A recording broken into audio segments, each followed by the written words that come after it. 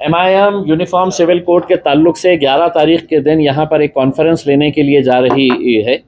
उस कॉन्फ्रेंस के अंदर हम बैरिस्टर असदुद्दीन अवैसी साहब आने वाले हैं और यूनिफॉर्म सिविल कोड के ताल्लुक से जितने भी अलग अलग तंजीमें हैं, ऑर्गेनाइजेशंस है और अलग अलग जाति धर्म के लोग, विशेषकर माइनॉरिटीज़ के जितने भी लोग हैं, हम उनको सबको इनवाइट कर रहे हैं। हम जो ट्राइबल्स है जिन्होंने पूरे देश के अंदर ये ऐलान कर दिया है कि हम यूनिफॉर्म सिविल कोड किसी सूरत के अंदर एक्सेप्ट नहीं करेंगे। कल मध्य प्रदेश के अंदर उनका बहुत बड़ा एक मोर्चा निकला है और उन्होंने ये ऐलान किया है कि हम यूसीसी एक्सेप्ट नहीं करेंगे।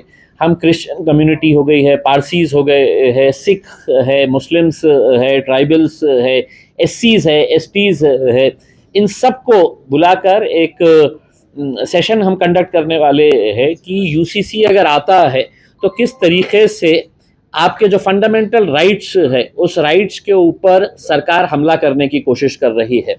और यूसीसी यूनिफॉर्म सिविल कोड समान नागरिक कायदा लाने का पिछले हमको 9 साल से हमको ये पता था कि 2024 के इलेक्शन से पहले है तो मोदी जी है तो एक खेल खेलने वाले हैं कि देश के अंदर एक नया मुद्दा, क्योंकि जब भी उनके पास दिखाने के लिए कुछ नहीं रहता है कि मैंने गैस के सिलेंडर की कीमत 350 से 1250, कोई सवाल नहीं करना इसके बारे में। उसमें मैंने नौकरियों का वादा किया था, किसी ने भी सवाल नहीं करना नौकरियों के बारे में। उसमें आज टमाटे जो है 140 और 150 रुपये किलो बिक रहे हैं, उसके बारे में कोई चर्चा होगी ही नहीं, कोई सवाल करेगा नहीं। उसमें आज किसानों की आत्महत्या जो हो रही है उसके बारे में कोई चर्चा नहीं करेगा।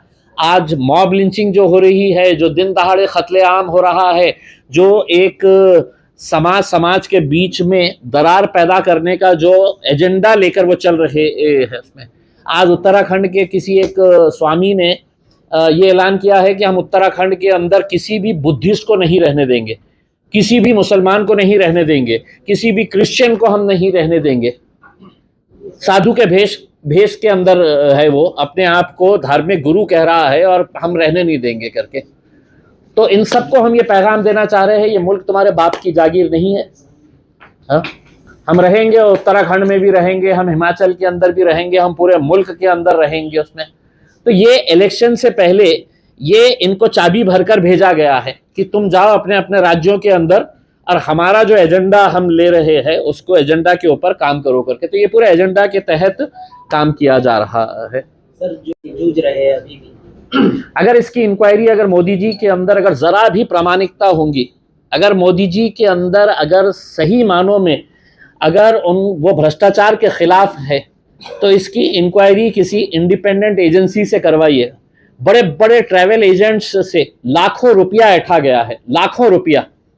पैसा दो तो हम तुम्हारे को हज का कोटा देंगे करके।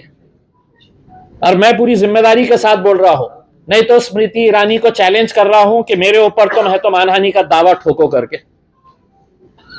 कैसा पैसा की लूट की गई है करके।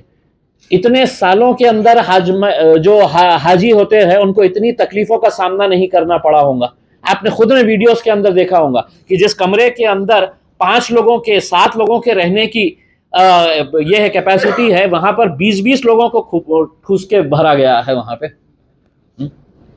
तो ये हमने तो कहा था कि भाई हज की सब्सिडी आप कैंसिल अगर करेंगे तो आप वो पैसा जो है सही मानों में उसका इस्तेमाल करिए। तुम हज की सब्सिडी कैंसिल कर दे रहे हैं और जो इंसान पूरी जिंदगी भर की कमाई अपनी उसके ऊपर जमा करके रखता है कि मुझे आखिरी में हज के ऊपर जाना है, तो तुम उससे है तो कहीं एक स्टेशन के ऊपर 80,000 रुपये, हमारे पास से 88,000 रुपये। और ये पूरा मतलब ऐसा नहीं है कि एक एयरलाइन, जो कौन सी एयरलाइन थी वो जिसने बिड किया था यहाँ पे, गो एयर ने हमारे लिए यहाँ पे औरंगाबाद से बोला कि मैं हाजियों को लेकर जाऊंगा करके। टेंडर भर दिया, टेंडर मिल गया, तू उड़ाने वाला है और अचानक बोला मेरे जेब में पैसे नहीं है पेट्रोल डालने के लिए। बोला मैं नहीं उड़ा सकता, मेरे पास पैसे नहीं है, खत्म हो गए मेरे पास पैसे करके। तो ये भी एक स्ट्रेटेजी के तहत ये किया गया है कि तू बिड कर, तू औरंगाबाद का ठेका ले, तू नागपुर का ठेका ले ले और एन वक्त के ऊपर तू हाथ ऊपर कर दे कि मेरे पास पैसे नहीं है पेट्रोल भरने के लिए करके, फिर हम क्या करेंगे, दूसरे एयरलाइन को लेके आएंगे और वो एयरलाइन बोलेंगे नहीं मेरे पास तो अभी हवाई जहाज ही नहीं है, अगर मेरे को उड़ाना है तो मेरे को इतने पैसे ज़्यादा देना पड़ेगा करके। तो ये गंदा खेल खेल के हज कमेटी ने करोड़ों रुपया, इनका कोई क्यों हज कमेटी के मेंबर्स नहीं बनाए गए हैं? एमपीज होते हैं उसके अंदर मेंबर, कोई तो भी साउथ के एक आदमी को दिया गया है। बंबई के 2 ऐसे लोग जिनका हज कमेटी से सरकार से कोई लेना देना नहीं है, प्राइवेट आदमियां, उनको भेजा गया कि तुम लोग जाओ और जाके होटल की सौदेबाजी करके आओ करके। 2 प्राइवेट लोगों को जिनका हज कमेटी से कोई ताल्लुक नहीं, जिनका सरकार से कोई ताल्लुक नहीं, इस बार ना तो माइनॉरिटी डिपार्टमेंट के मिनिस्टर्स वहां पे गए ये देखने के लिए, हर सरकार के मिनिस्ट्री का डेलीगेशन जाता है हज से पहले ये देखने के लिए कि हमारे हाजी इस होटल के अंदर रुकेंगे, कितना डिस्टेंस है मक्का मदीना से, वहां से लोगों को कितनी सहूलत होगी। तो ये पूरा, लेकिन 2 प्राइवेट आदमियों को, और मैं पूरी जिम्मेदारी के साथ बोल रहा हूं, अगर तुमने मेरे ऊपर मानहानि का दावा नहीं किया तो ये दोनों के भी नाम भी मैं डिस्क्लोज करूंगा कि कौन लोगों ने तुम्हारे लिए, सरकार के लिए दल्लाली का काम किया है, दल्लाली का काम किए हैं वहां पे जाके। मैं तो जितने भी हाजी लोग हैं उनसे ये दरखास्त करूंगा कि वहां पे अल्लाह की बारगाह में दुआ करिएगा कि अल्लाह इनको नस्तो नाबूद कर दे, खत्म कर दे, इनको बर्बाद कर दे, जो ये हज के लिए जो बुजुर्ग लोगों को जो तकलीफों का सामना करना पड़ा है। और इस बारे में कोई भी बोलने के लिए तैयार नहीं है, लेकिन मुझे मौका मिलेगा तो इनको पार्लियामेंट के अंदर उधेड़ के फेंकूंगा मैं। सर बताया जा रहा था कि वहाँ पर भी एक्स्ट्रा पैसे लिए गए हैं और ये जो हाजियों का पैसा है ये डायरेक्ट बीजेपी के अकाउंट में है। देखिए, मैं आपको बता रहा हूं कि ये घोटाला जो है ये कई 100 करोड़ रुपए का है, कई 100 करोड़ रुपए का। मैंने खुद ने कितने सारे बड़े बड़े ट्रैवल एजेंट्स देश भर के, जिनके पास 150 का कोटा है, 200 का कोटा है, साहब हमको 0 कर दिए हैं, हमको दिए नहीं है। मैं बोला फिर कैसा करे है करके, तो फिर उनका एजेंट आया, बोला इतने पैसे देना तो फिर आपका एक कोटा रिलीज करेंगे करके। उसका अगर ये झूठ है तो मैं तो तुमको चुनौती कर रहा हूं, मोदी जी तुम्हारे ऊपर भ्रष्टाचार का आरोप लगा रहा हूं। तुम मुसलमानों के साथ जो ये ज्यादती किए हैं, जो स्मृति ईरानी जो माइनॉरिटी के मिनिस्टर है, तुमको चैलेंज कर रहा हूं मैं। अगर है तुम में हिम्मत तो 8 दिन के अंदर मुझे नोटिस भेज के दो। तुम भ्रष्टाचार तुमने किए हैं और करोड़ों रुपए का भ्रष्टाचार किए हैं तुमने। कहां पैसा गया है ये सब निकल कर आएगा अगर इंक्वायरी कराएंगे। लेकिन इंक्वायरी कराएगा कौन?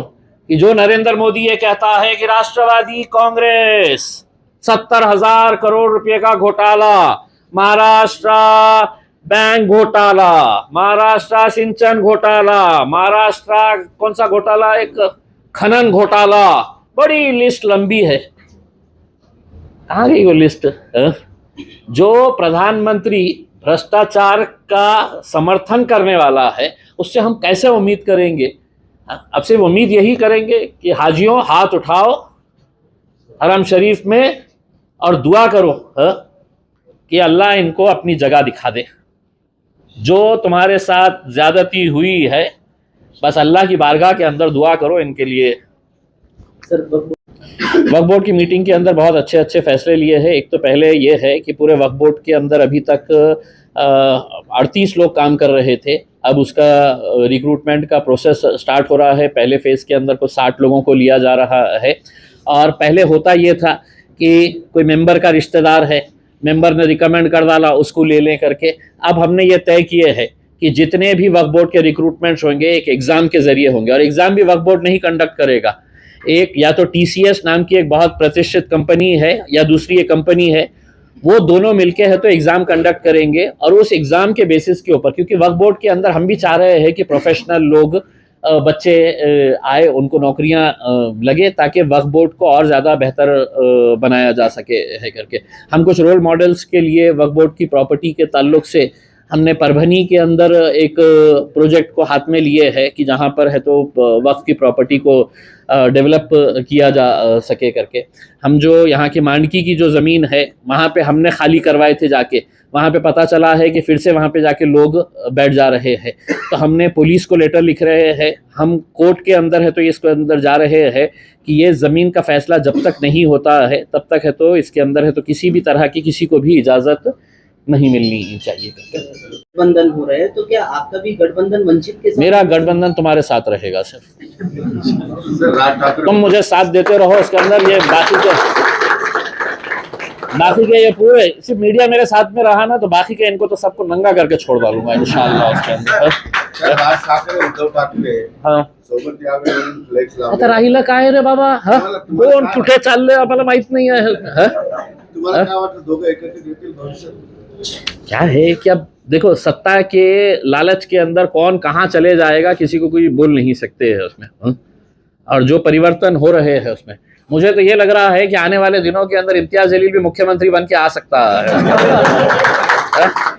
काही शक्य झालेला आहे आता उसमें।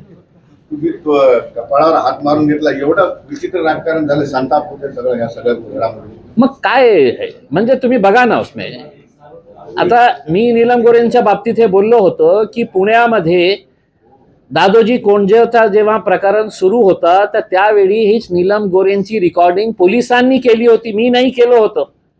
आणि ते फोनवर काय बोलत होते की आपल्याला कुठे कुठे गाड्या जाळायच्या आहे, स्वारगेटला आपल्याला बसेसला जाळायचे आहे, एक्सप्रेसवेला आपल्याला जाम करायचे आहे, त्याच्या बाबतीत कोणी बोलत नाही।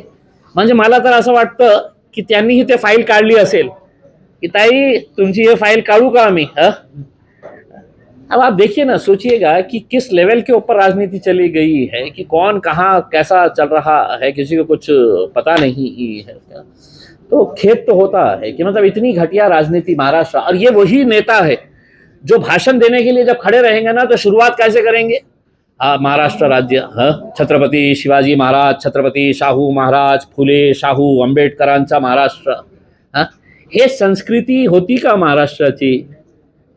काहीतरी नीती मूल्य होते ना, ते कुठून आणलेली आहे आपण हे याच्या बाबतीत लोकांनी विचार करण्याची आवश्यकता आहे मला असं वाटतं। अंतर्गत कामं झाली होती, सायकल ट्रॅक असेल किंवा या सगळ्या गोष्टी जवळपास सायकल ट्रॅकचं जर उदाहरण घेतलं 3 कोटी खर्च करून तो विनाकारण खर्च झाला, ते बोलगाड काढून टाकले, आता तो ट्रॅक नाही राहिलेला।